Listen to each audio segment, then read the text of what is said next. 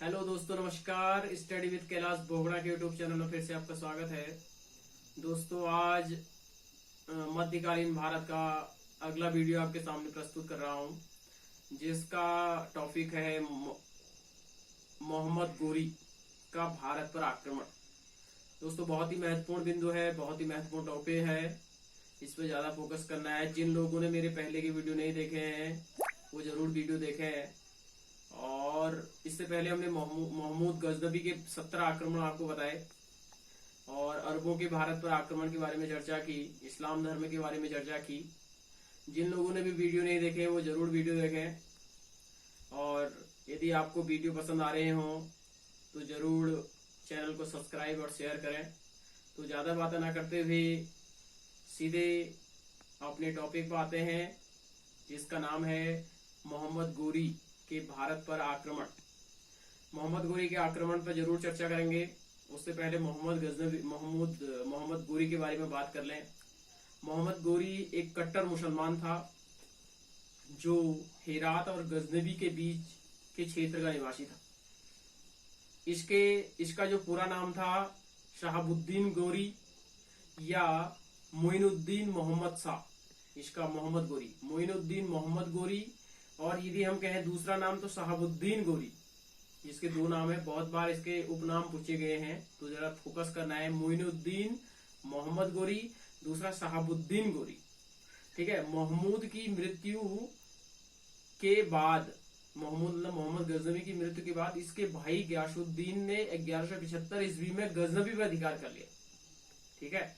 1175 में गजनबी पे जब गयासुद्दीन अधिकार कर लेता है तो क्या होता है, जो गयासुद्दीन होता है वो मोहम्मद गोरी को गजनबी दे देता है। जब वो गजनबी मोहम्मद गोरी को दे देता है तो मोहम्मद गोरी जो होता है वो अपने भाई गयासुद्दीन के प्रति बड़ा वफादार होता है और जीवन भर उसकी निष्ठा और उसकी सेवा करता है। जैसी आज्ञा गयासुद्दीन देता है वैसे ही उसका पालन करता है। तो गयासुद्दीन का अपने भाई मोहम्मद गोरी के विरुद्ध बहुत ही स्नेह रहा है, बहुत ही श्रद्धा रही है, और उसी के बलबूते उसने गजनबी अधिकार किया।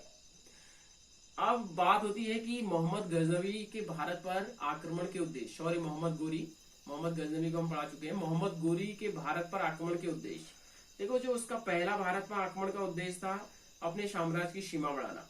जो पहला उद्देश्य यदि आपके सामने आएगा तो उसका साम्राज्य की सीमा बढ़ाना। दूसरा उसका भारत की जो अथाह धन था उसको जीतना, मतलब हम कह सकते हैं धन को लूटना। इसके अलावा मुल्तान पर अपना प्रभुत्व स्थापित करना, ये उसका तीसरा उद्देश्य था। चौथा, भारत में इस्लाम धर्म का प्रचार करना, जो कि मोहम्मद गजनबी का भी उद्देश्य था और मोहम्मद गोरी का भी उद्देश्य था। और मध्य एशिया जो उसका शत्रु था, मध्य एशिया में अपने शत्रु ख्वारिज्म के शासक का अंत करने के भी उसका उद्देश्य था। ख्वारिज्म उसका महत्वपूर्ण शत्रु था जो उसको पराजित करके उसका अंत करना चाहता था। ये उसके महत्वपूर्ण उद्देश्य थे भारत पर आक्रमण करने। अब बात आती है कि मोहम्मद गोरी के भारत पर आक्रमण उसने कौन कौन से किए। अब आता है मोहम्मद गोरी के भारत पर आक्रमण जो हुए 1175 से 1205 तक भारत पर आक्रमण हुए, मतलब 30 साल उसने भारत पर आक्रमण किए। तो जो उसका पहला आक्रमण था, बहुत बार पेपरों में पूछा गया है कि मोहम्मद गोरी का भारत पर पहला आक्रमण कौन था, तो मुल्तान पर उसने सबसे पहले 1175 में आक्रमण किया और अधिकार कर लिया। मतलब उसने भाग्य के बल पर मुल्तान पर अधिकार कर लिया। तो उसका पहली विजय मुल्तान विजय। और जो दूसरी विजय थी, उच्च पर अधिकार किया 1176 में। उच्च के राजा की जो पत्नी थी, उसने मोहम्मद गोरी ने उसको लोभ दिया कि यदि आप मेरे सेना में या मेरे साथ सम्मिलित हो जाएंगे तो मैं आपको अपनी पट रानी बना लूंगा। और जो उच्च के राजा था, उस उच्च के राजा की रानी ने अपने पति के साथ विश्वासघात किया और मोहम्मद गोरी से मिल गया, और मोहम्मद गोरी का कार्य और आसान हो गया। और उसने उच्च को विजित करने के बाद जो पटरानी से, जो राजा की पत्नी से जो उसने वादा किया था, उस वादा पर उतरा नहीं। उस रानी को बंदी बना दिया और उसकी जो पुत्री थी उससे शादी कर ली। ठीक है। ये बहुत ही महत्वपूर्ण है। उच्च पर अधिकार 1176, मुल्तान पर 1175। अगला जो विजय, अब उच्च को विजित करने के बाद मोहम्मद गोरी गुजरात की तरफ बढ़ता है, तो उसका दूसरा आक्रमण था गुजरात के आबू पर्वत और अहिलवाड़ा पर विजय। ये विजय 1178 में हुई। बहुत बारी प्रश्न आया है कि गुजरात के आबू पर्वत पर मोहम्मद गोरी ने कब आक्रमण किया, लेकिन वो यहाँ पर आक्रमण में पराजित हो जाता है। मोहम्मद गोरी की भारत में पहली पराजय गुजरात के आबू पर्वत में मूल राज ने उसे बुरी तरह पराजित किया। ठीक है, मूल राज ने मोहम्मद गोरी को आबू पर्वत पर बुरी तरह पराजित किया 1178 में, और उसे भागने के लिए अहिलवाड़ की ओर भागना पड़ा, गुजरात की अन्य पहाड़ियों की ओर। अहिलवाड़ में राजा था भीम द्वितीय ने भी मोहम्मद गोरी को पराजित कर दिया अहिलवाड़ा में, और उसे दूर भागना पड़ा गुजरात से। तो गुजरात में उसकी दो पराजय हुई, पहले आबू पर्वत में मूल राज ने पराजित किया, और अहिलवाड़ा पर भीम द्वितीय ने 1178 में पराजित किया। अब यहां से पराजित होने के बाद वो पेशावर और पंजाब पर विजय प्राप्त की उसने। 1180 में उसने पेशावर पर विजय प्राप्त की, और 1185 में उसने मलिक खुसरो, एक खुसरो अलग आता है जो अलाउद्दीन के शासनकाल में जो अनेक प्रकार के ग्रंथ लिखता है, जो सल्तनत काल के 7 सुल्तानों का शासन देखता है, वो वाला खुसरो नहीं, बल्कि ये लाहौर का शासक है मलिक खुसरो। इसको पराजित करके यह पंजाब पर अधिकार कर लेता है। बहुत महत्वपूर्ण है 1185। अब बात आती है तराइन का प्रथम युद्ध, बहुत ही फेमस। यहाँ तो आप सभी लोग जानते हैं तराइन का प्रथम और द्वितीय युद्ध जो हुए, बहुत महत्वपूर्ण। अब क्या होता है कि जब वो पंजाब पर अधिकार कर लेता है तो वह तराइन का प्रथम युद्ध 1191, बहुत महत्वपूर्ण है। अब जब गोरी पंजाब पर अधिकार कर लेता है तो वह दिल्ली और अजमेर पर भी अधिकार करना चाहता है। ठीक है, दिल्ली और अजमेर का शासक उस समय होता है पृथ्वीराज तृतीय या पृथ्वीराज चौहान। जब मोहम्मद गोरी पृथ्वीराज चौहान पर आक्रमण करने का विचार बनाता है, उससे पहले पृथ्वीराज चौहान राजपूतों का एक संघ बना लेता है, और दोनों के बीच थानेश्वर से 14 किलोमीटर दूर तराइन नामक स्थान पर आमना सामना होता है।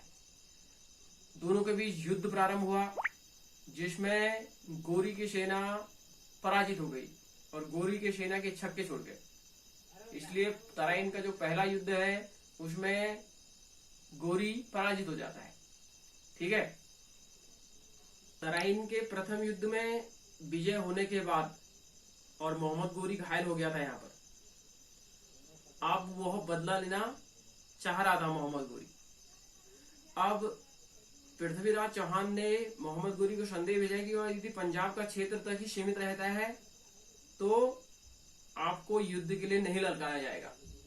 और मोहम्मद गोरी ने बहुत चालाकी का काम किया, और जब उसने चालाकी का काम किया उसने कहा ठीक है, यदि आप मुझे पंजाब का क्षेत्र देना चाहते हैं, मैं अपने भाई के आदेश पर यहाँ पर आया हूँ, जैसा मेरा भाई आदेश करेगा वैसे ही मैं काम करूंगा। ये मोहम्मद गोरी की चालाकी थी, और पृथ्वीराज उसकी बातों में आ गया, और पृथ्वीराज की सेना अचंभित हो गई कि मोहम्मद गोरी जब तक ये नहीं कहेगा कि मैं आपका आक्रमण कर रहा हूं तब तक वो सचेत नहीं थे।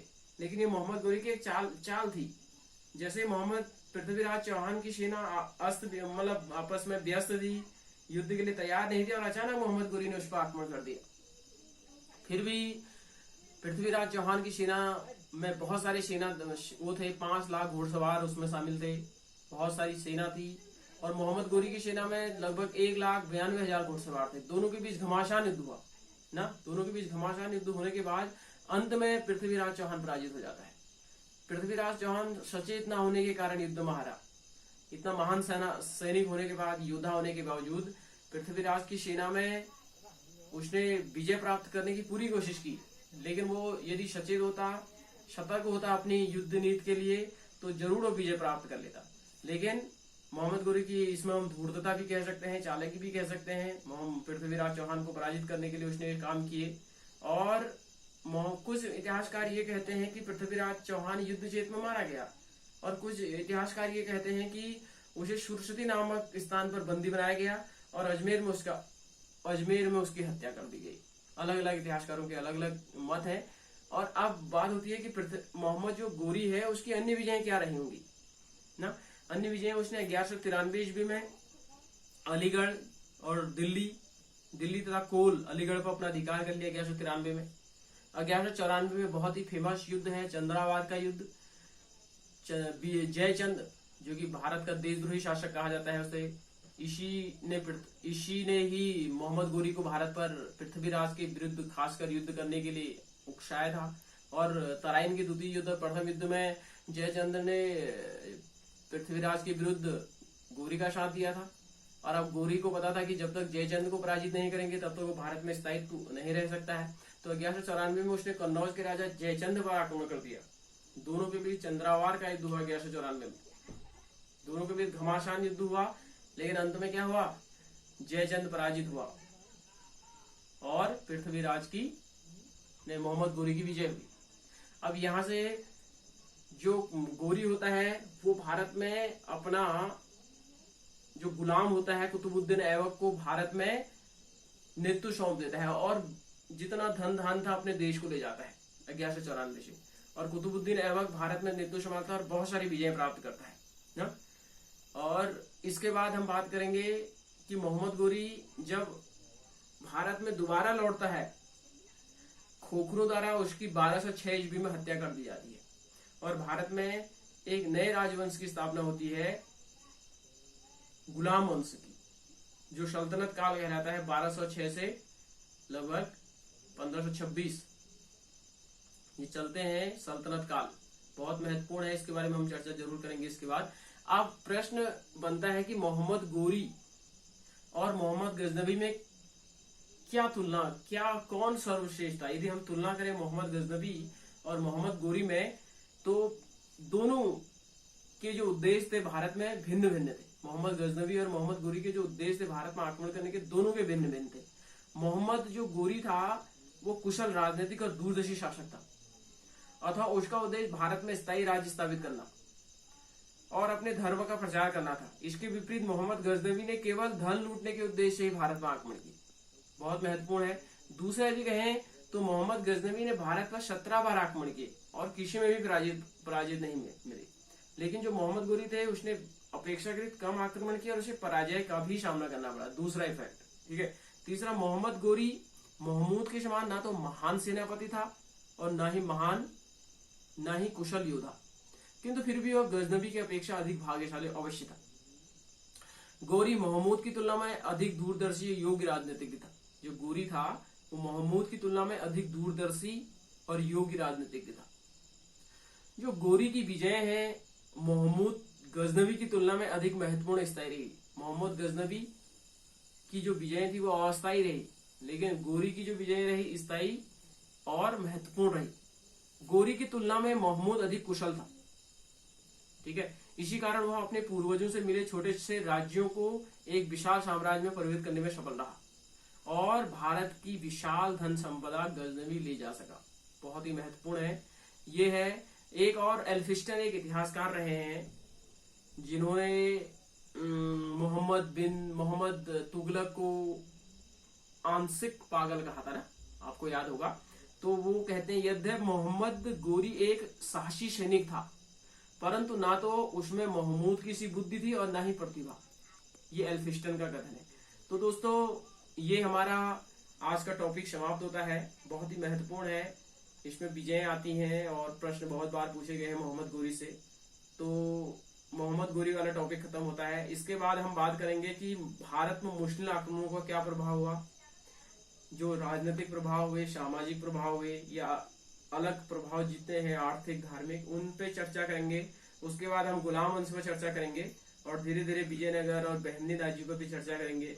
और कल हम फिर प्राचीन भारत का एक टॉपिक रह गया है जो 6वीं शताब्दी ईस्वी पूर्व का, जिसमें मगध साम्राज्य और जो महाजनपद काल है 16 महाजनपदों के बारे में चर्चा करनी है। तो अगले वीडियो में हम इनको लाने की कोशिश कर रहे हैं। और जरूर यदि आप लोगों को वीडियो पसंद आ रहे हैं तो जरूर सपोर्ट करें, सहयोग करें। और आप सबका सहयोग अभी तक मिला है और मैं उम्मीद करता हूँ कि आपको जरूर वीडियो पसंद आ रहे होंगे और ज्यादा हेल्प करें और सहयोग करें। और जिससे मेरा उत्साह बढ़े। तो कल हम 16 महाजनपदों के बारे में चर्चा करने जा रहे हैं, तो जरूर वीडियो देखें। तब तक के लिए नमस्कार, धन्यवाद।